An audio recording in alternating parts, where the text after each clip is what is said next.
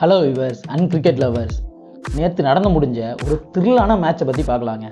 செம்ம த்ரில்லாக இருந்துச்சுங்க. கடைசி பாலில் 6 அடி ஜெயிக்கிறதுலாம் இதெல்லாம் படத்தில் நடக்கும், இல்லை எப்பயாவது ரொம்ப ரேர் நடக்குங்க. ஆனால் WPL மேட்ச்சில் ஃபஸ்ட்டு மேட்சே அது நடக்கும்னு யாருமே எதிர்பார்த்துக்க மாட்டாங்க. அப்படி என்ன நடந்துச்சு, என்ன சுவாரஸ்யமாக இருந்துச்சுன்னு வாங்க அந்த வீடியோ ஃபுல்லாக நான் சொல்லலாம், டீட்டெயில்டாக பார்ப்போம்.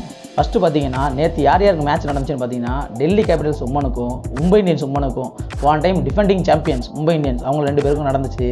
2 பேருமே சரியான ஸ்ட்ராங்கான டீமு. போன டைம் ஃபைனலே அந்த 2 டீம் தான் மோதினாங்க. டாஸ் ஜெயிச்ச ஹர்மன்பிரீத் கௌர் இல்லை நாங்கள் ஃபஸ்ட்டு சேசிங் பண்ணிக்கிறோம்னு சொல்லிட்டு ஃபஸ்ட்டு பவுலிங் ஆப்ஷன் எடுத்தாங்க. ஃபஸ்ட்டு டெல்லி கேப்டன்ஸ் வந்தாங்க. டெல்லி கேப்டன்ஸில் பார்த்தீங்கன்னா மெக்லானிங்கும் ஷஃபாலி வர்மா வந்தாங்க. ஷஃபாலி வர்மாவுக்கு இந்த நின்றுலாம் அடிக்க தெரியாதுங்க. ஒன்று அடிக்கணும் இல்லை அவுட் ஆகணும். வந்தாங்க, இஸ்மாயில் வந்து போட்டாங்க, அவுட் ஆகிட்டாங்க. நம்பிக்கை நட்சத்திரம் அவங்களே அவுட் ஆகிட்டாங்க. நெக்ஸ்ட்டு பார்த்தீங்கன்னா யாருமே எதிர்பார்க்காத மாதிரி அலெக்ஸ் கேப்சி வந்து இறங்கினாங்க. சரி கொஞ்ச நேரம் நின்று ஆடுவாங்கன்னு பார்த்தா இல்லை, சும்மா பட்டையை கிளப்புனாங்க. இங்கே அங்கேன்னு எல்லா இடத்துலையும் அடிக்கிறாங்க. ஆல் ரவுண்ட் கிரவுண்ட் ஆடினாங்க. ஒரு ஸ்டேஜில் மும்பை இந்தியன்ஸ் பவுலர்ஸ்க்கு என்ன பண்ணுறதுனே தெரிலங்க. அந்தளவு ஆடிட்டு இருந்தாங்க. ஹைலி மேத்யூஸ் ஓவரில் 2 6 எடுத்து இடங்க அடைச்சாங்க. மெக்லானிங் இவங்களுக்கு நல்லா சப்போர்ட் பண்ணாங்க. ஆனால் இருந்தாலும் 31 ரனில் அவங்க ரொம்ப ஈஸியாக விக்கெட்டை இழந்துட்டு போனாங்க. அடுத்தது பார்த்தீங்கன்னா ஜெமி ஓரட்டிஸ் வந்தாங்க. ஆஸ் யூஷுவலாக எப்படி ஜெமிமா ஆடுவாங்கன்னு பார்த்தீங்கன்னா வருவாங்க, மேக்ஸிமம் கவர் டிரைவ் ஆரம்பிப்பாங்க, கொஞ்சம் கொஞ்சமாக ஸ்லோவாக இன்னிங்ஸை பேஸ் பண்ணுவாங்க. கடைசியாக முடிஞ்ச அளவுக்கு அவங்களால முடிஞ்ச அளவுக்கு ஃபோர்ஸ் அடித்து முடிப்பாங்க. ஆனால் நேற்று நடந்தது அப்படி கிடையாதுங்க. வந்தாங்க 6 4ன்னு எல்லா பக்கமும் ஆல்ரவுண்ட் கொண்டு அடிக்கிறாங்க. என்ன பண்ணுறதுனே தெரியல. கேப்சியான ஆட்டத்தை பார்த்தீங்கன்னா ஃபஸ்ட்டு இந்த யாராவது மேட்ச் பார்க்க வந்தாங்கன்னா இது மென்ஸ் கிரிக்கெட் ஆடுதா இல்லை உமன்ஸ் கிரிக்கெட் ஆடுதாங்கிற அளவுக்கு அடித்தாங்க.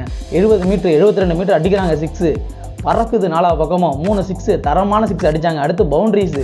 நீங்கள் வந்து ஹெவியாக தான் ஷாட் ஆடுவேன்னு இல்லை, நான் ட்ரிக்கி ஷாட்ஸ் ஆடுவேன்னு கீப்பர் தலைக்கு மேலாம் அடித்தாங்க. அது வேறு லெவலில் இருந்துச்சுங்க. நெக்ஸ்ட்டு பார்த்தீங்கன்னா கடைசியாக மரிசான் கேப் வந்து அமிலேகர் ஓவரில் 3 பவுண்டரி அடித்து சூப்பரான ஃபினிஷிங் கொடுத்தாங்க. அவங்க சைட்லேருந்து பார்த்தீங்கன்னா மும்பை இந்தியன்ஸ் சைட்லேருந்து பார்த்தீங்கன்னா மேக்ஸிமம் அமிலேகர் 2 விக்கெட் எடுத்தாங்க. அவங்களோட நம்பிக்கை நட்சத்திரமான பிரண்ட் வந்து ஒரு 2 விக்கெட் எடுத்தாங்க. டெல்லி கேபிட்டல்ஸ் உமன் வந்து 20 ஓவரில் 171 ரன்னு அடித்து 5 விக்கெட்டு வித்தியாசத்துக்கு முடிச்சுட்டு போனாங்க. கமெண்டேட்டரில் இருக்கிறவங்க சரி, மேட்ச் பார்க்கணும் சரி, 171 ரன்னா உமன்ஸில் அடித்தா அது பெரிய ஸ்கோருங்க.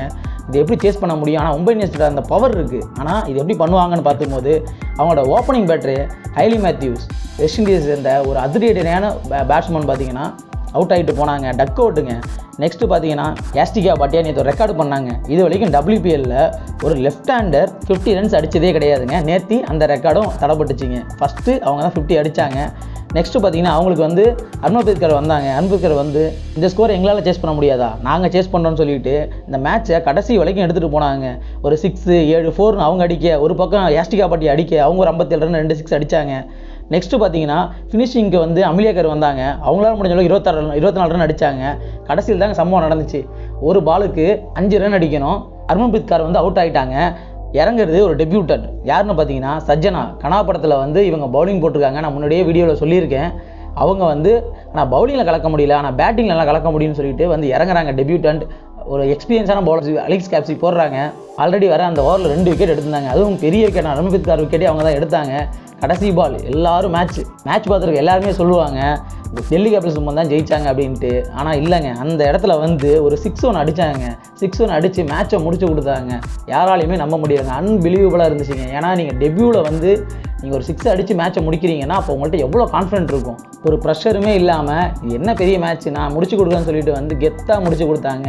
ஃபஸ்ட்டு மேட்ச்சே செய்யுங்க, இப்படி தான் WPL ஆரம்பிக்க போகுது, இப்படி தான் எல்லா மேட்சும் இருக்க போகுதுன்னு சொல்லிட்டு ஒரு முன்மாதிரியாக இந்த மேட்ச் அமைஞ்சுது. இதே போல் நாளைக்கு வேறு லெவல் மேட்ச் காத்துட்டுங்க.